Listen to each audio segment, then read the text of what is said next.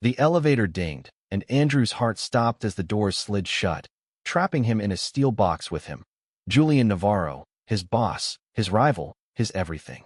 Their eyes locked, and in that fleeting second before the world could judge, Julian's hand found Andrew's, pulling him into a kiss that tasted like defiance and desire. Andrew's knees buckled, but he kissed back, knowing this moment could ruin them both. They weren't supposed to be here, not like this. Andrew Parker, 28, was the rising star at Apex Media, a New York ad agency where ambition was currency and loyalty was a myth. He'd clawed his way up from intern to creative director in 4 years, his campaigns winning awards and clients alike. But Julian, 29, the agency's ruthless CEO, was the shadow over Andrew's light. Julian's charm was a weapon, his smile a contract you didn't read before signing. To the office, they were fire and ice. Andrew, the scrappy underdog with a quick wit. Julian, the polished king who never lost. Their rivalry was legend, whispered over coffee machines and late-night deadlines. Yet, in the quiet of the 42nd floor elevator, they were something else entirely. It started 6 months ago, a mistake born of exhaustion and whiskey. A late-night pitch session, a bottle of bourbon, and a moment of weakness when Julian's hand brushed Andrew's while passing a storyboard. The air crackled, and before Andrew could think, Julian's lips were on his, urgent and unapologetic. They swore it was a one-time thing, a lapse in judgment. But the elevator became their sanctuary, a place where the world's rules didn't apply. Each stolen kiss was a rebellion against the corporate machine they both served, against the expectations that chained them.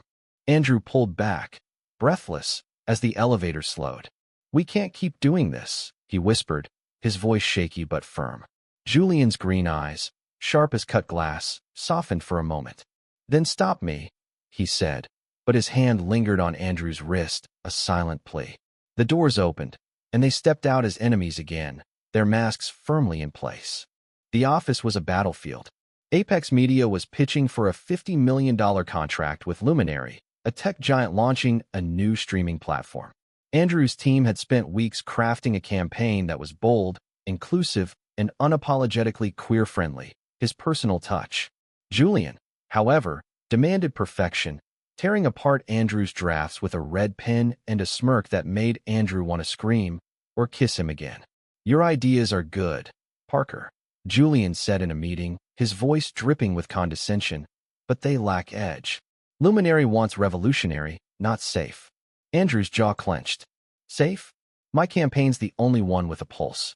Yours reads like a corporate pamphlet." The room went silent, tension crackling like static. Julian leaned back, amused. "Prove it." That night, Andrew stayed late, refining his pitch. The office was empty, the city lights glittering through the windows. He didn't hear Julian approach until he was too close, his cologne, a mix of cedar and spice, filling the air. "You're still here," Julian said, not a question. Andrew didn't look up. "Someone has to save this pitch from your ego." Julian laughed, low and dangerous. "Careful, Andrew. You're playing with fire." Andrew met his gaze, defiance sparking. "Maybe I like the burn." They didn't kiss that night, but the air between them hummed with possibility.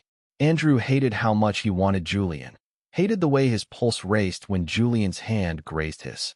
He wasn't just fighting for a promotion anymore. He was fighting himself. Being openly gay in a cutthroat industry was a risk, and Andrew had learned to keep his personal life locked away. Julian, though, was a wild card. Rumors swirled about his private life, but no one knew the truth. Was he out? Was he hiding? Andrew didn't know, and it terrified him. The next day, Luminary's execs arrived, a trio of polished suits led by Claire Henshaw, a no-nonsense VP with a reputation for sniffing out weakness. Andrew presented his campaign, a vibrant, inclusive vision celebrating queer love and identity. The room was captivated, but Julian's eyes were unreadable. When Claire asked for Julian's input, he paused, then said, "It's bold, but it needs refinement." "Andrew, you're close, but you're not there yet." Andrew's stomach dropped. Betrayal stung worse than rejection. After the meeting, Andrew cornered Julian in his office. "What was that? You sabotaged me." Julian leaned against his desk, infuriatingly calm. "I saved you. Claire would have torn you apart if I hadn't stepped in. Your campaign's good, but it's not perfect." Andrew's fists clenched. You don't get to decide what's perfect for me. Julian stepped closer, his voice low. Don't I? The air thickened, and Andrew's resolve wavered. He turned to leave, but Julian's hand caught his arm. We're not done, Julian said, and Andrew hated how much he wanted to stay.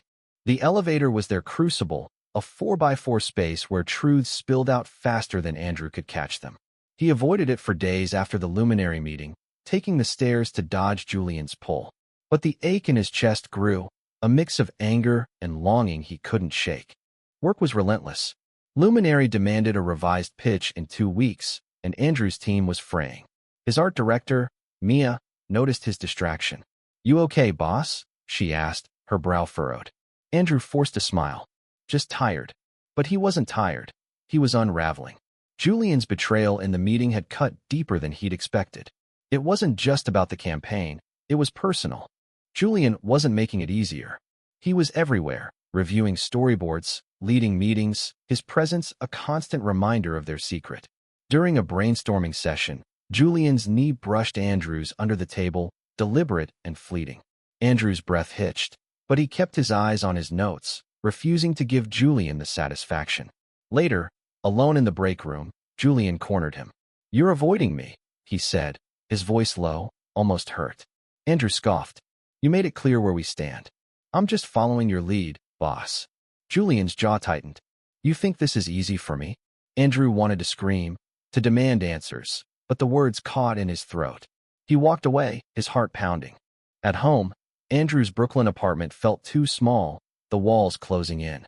He called his best friend, Leo, a bartender with a knack for cutting through Andrew's defenses. You're in deep, man, Leo said over beers at a dive bar. This guy's got you twisted up. You sure he's worth it? Andrew stared into his glass. I don't know what he is. Leo leaned closer. Figure it out before you lose yourself. The next day, Andrew found a note slipped under his office door, elevator. 8 p.m. We need to talk. No signature, but Julian's sharp handwriting was unmistakable. Andrew's first instinct was to ignore it, but curiosity, and something deeper, won out. At 8, he stepped into the elevator, and Julian was there, leaning against the wall, tie loosened, looking less like a CEO and more like a man carrying a secret too heavy to hold. I'm sorry, Julian said as the doors closed. Andrew blinked, caught off guard. For what? Humiliating me in front of Luminary. Julian shook his head. For making you think I don't believe in you. I do, Andrew. More than you know. The sincerity in his voice cracked something in Andrew's chest. He stepped closer, their faces inches apart. Then why do you keep pushing me away? Julian's eyes darkened. Because I'm scared. You terrify me. Before Andrew could respond, Julian kissed him, soft and desperate, like he was drowning and Andrew was air. They didn't stop until the elevator dinged, forcing them apart. Julian's voice was a whisper. Meet me tonight. My place. No games. Andrew nodded, too stunned to speak. That night, Julian's Manhattan penthouse was a world away from Andrew's modest life, sleek, modern, with floor-to-ceiling windows overlooking the city. But Julian wasn't the untouchable CEO here. He was vulnerable, his walls down, sharing stories of his childhood in Miami, raised by a single mom who taught him to fight for everything. Andrew saw the man behind the mask, and it scared him how much he cared. They didn't sleep together that night, but they talked until dawn, their hands brushing, their laughter filling the space. For the first time, Andrew felt like they could be more than a secret. But reality loomed. The Luminary pitch was days away, and the office was a pressure cooker. Andrew's revised campaign was bolder, riskier, but Julian's approval was still a question mark. Worse, rumors were spreading. Whispers about Andrew's late nights, about Julian's favoritism. The office wasn't blind, and neither was Claire Henshaw. The Luminary pitch was a tightrope, and Andrew was walking it blindfolded. His new campaign leaned harder into authenticity. Real stories of queer couples, vibrant visuals, and a tagline that hit like a punch. Love unscripted. He poured his soul into it, but Julian's silence during rehearsals unnerved him. Was it doubt? Or something else? The night before the pitch, Andrew found Julian in the boardroom, staring at the mock-ups. You're quiet, Andrew said, his voice cautious. Julian turned, his expression unreadable. This is your best work. But it's dangerous. Andrew frowned. Dangerous how? Julian stepped closer, his voice low. It's too real. Luminary might love it. Or they might run. Andrew's chest tightened. You think I should play it safe? Julian's laugh was bitter. I think you're braver than I am. The pitch day arrived, a storm of nerves and adrenaline. Claire Henshaw and her team sat stone-faced as Andrew presented, his voice steady despite the sweat on his palms. The visuals flashed, two men holding hands, a trans couple laughing, a non-binary person smiling into the camera. The room was silent when he finished, and Andrew's heart sank. Then Claire spoke. This is bold, risky, but it's what we need. Relief flooded Andrew, but Julian's faint smile held a warning. After the meeting, Claire pulled Julian aside, her voice low but sharp. Andrew caught fragments: reputation, optics, controversy. Julian's face was a mask, but his eyes flicked to Andrew, a silent apology. Back at his desk, Andrew overheard Mia talking to a colleague. Heard Claire's worried about Andrew's personal influence on the campaign. Thinks it's too niche. The words stung, but worse was the realization that Julian hadn't defended him. That night, Andrew confronted Julian in the elevator. You threw me under the bus again, he snapped. Julian's eyes flashed. I'm protecting you. Claire's on edge. If she thinks we're too close. Andrew cut him off. Too close. You invited me to your place. You kissed me. Julian's voice dropped. And I'd do it again. But this isn't just about us. Andrew's anger faltered. He saw the fear in Julian's eyes, the weight of a man balancing desire and duty. They didn't kiss that night, but they stood close, the air heavy with unspoken words. Andrew wanted to hate Julian, to walk away, but he couldn't. Instead, he went home and called Leo, who listened patiently. You're falling for him, Leo said, not a question. Andrew groaned. He's my boss. My enemy. Leo laughed. And the guy who's got you writing love stories in your head. The next week was chaos. Luminary approved the campaign, but with conditions: less niche imagery, more broad appeal. Andrew fought the changes, but Julian backed Claire, citing business over heart. The betrayal cut deep, and Andrew withdrew, avoiding Julian outside of meetings. But the elevator betrayed him. Late one night, it stopped on Julian's floor, and there he was, eyes tired but burning. I'm trying to save us both, Julian said, stepping inside. Andrew shook his head. You're saving yourself. The doors closed, and Julian kissed him, hard and desperate, like it was the last time. Andrew pushed him away, but his heart stayed. The campaign launched, a watered-down version of Andrew's vision, and the office celebrated with champagne and forced smiles. Andrew felt hollow. He'd won the contract, but lost something deeper. Trust in Julian, trust in himself. The city sparkled outside, indifferent to his turmoil. Julian tried to reach out, leaving voicemails, texts, even a handwritten note. I'm sorry. Let's talk. Andrew ignored them, throwing himself into new projects, staying late to avoid the elevator. But the office was a small world, and Julian was its son. During a team meeting, their eyes met, and Andrew saw the strain in Julian's face, bags under his eyes, a tightness in his jaw. He wasn't untouchable anymore. Mia noticed too. He's not himself, she said over lunch. Heard he's been fighting with the board over the campaign's changes. Andrew's heart twisted. Was Julian fighting for him after all? He didn't want to care, but he did. That night, he found Julian in his office, staring at a photo of his mom, a woman with Julian's green eyes. She'd have liked you, Julian said, sensing Andrew's presence. Andrew softened. Why didn't you fight for my campaign? Julian sighed. I did, but I'm one man against a board. And I'm not out, Andrew. Not like you. The confession hit hard. Julian wasn't hiding for power. He was hiding for survival. Andrew sat beside him, their shoulders brushing. You don't have to do this alone, he said. Julian's hand found his, and they sat in silence, the weight of their secrets shared. For the first time, Andrew saw a future, not just stolen kisses, but something real. But reality was cruel. The next day, a gossip blog posted a blind item, which ad agency hotshot is cozying up to his CEO in late-night meetings. The office buzzed, and Andrew's stomach churned. He confronted Julian, who was already on damage control. It's nothing, Julian said, but his voice was tight. Nothing, Andrew snapped. They're talking about us. Julian's face hardened. There is no us if we don't keep this quiet. The words stung, and Andrew walked out, his heart fracturing. He threw himself into work, but the rumors grew. Colleagues whispered, and Claire Henshaw's next visit was tense. She praised the campaign's success, but eyed Andrew like he was a liability. "We need focus," she said, glancing at Julian. "No distractions." Andrew felt the walls closing in. He loved his job, his team, but he loved Julian too, and the conflict was tearing him apart. That night, Leo dragged him to a queer bar in the village, where the music was loud and the air was free. "You're not his secret," Leo said, handing him a drink. "You're Andrew freaking Parker. Own it." Andrew laughed, but the weight lingered. He wanted to be brave, but bravery came with a cost. Andrew stopped taking the elevator altogether, choosing the stairs even when his legs screamed. It was easier than facing Julian, easier than confronting the truth. But the office was a pressure cooker, and Andrew was cracking. The campaign's success brought new clients, new pressure, and Julian was relentless, pushing Andrew's team to deliver. Andrew hated how much he still craved Julian's approval, his touch.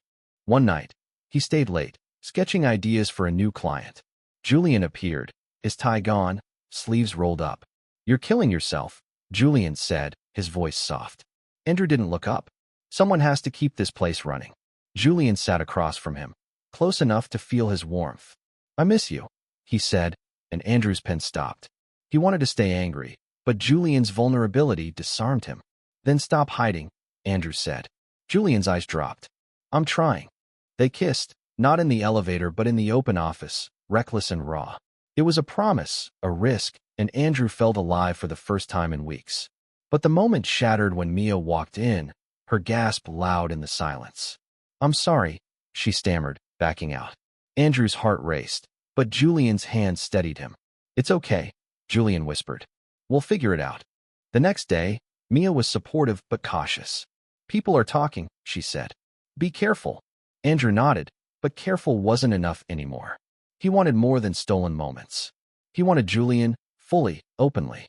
But Julian was still cagey, dodging questions about his personal life, his past. Andrew pushed, and Julian pushed back. "You don't get it," Julian snapped during an argument. "I'm not just risking my job. I'm risking everything." Andrew's heart sank. "And I'm not." The breaking point came when Claire called a meeting, her tone icy. "The board's concerned about optics," she said, looking between Andrew and Julian. "We can't afford scandals." Andrew's blood ran cold. Julian stayed silent, and Andrew felt the betrayal again. After the meeting, he confronted Julian. "You're letting them control us." Julian's eyes were desperate.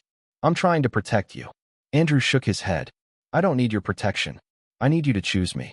That night, Andrew went to Julian's penthouse, ready to end it. But Julian was waiting, his eyes red, his guard down.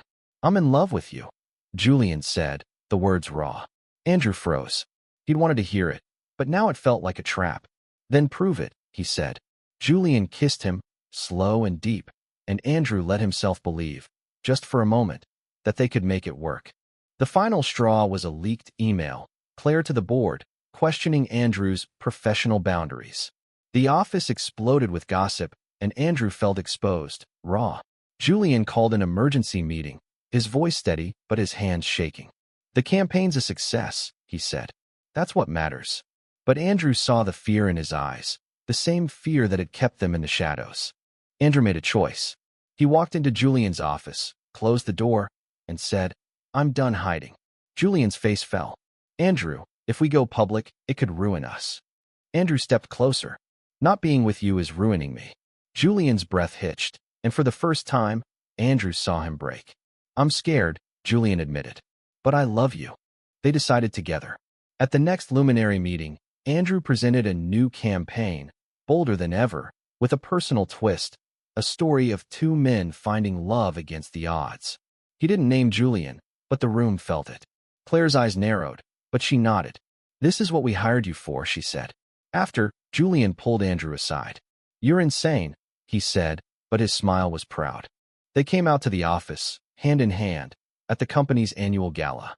The room buzzed, some with shock, others with support. Mia hugged them, whispering, "About time."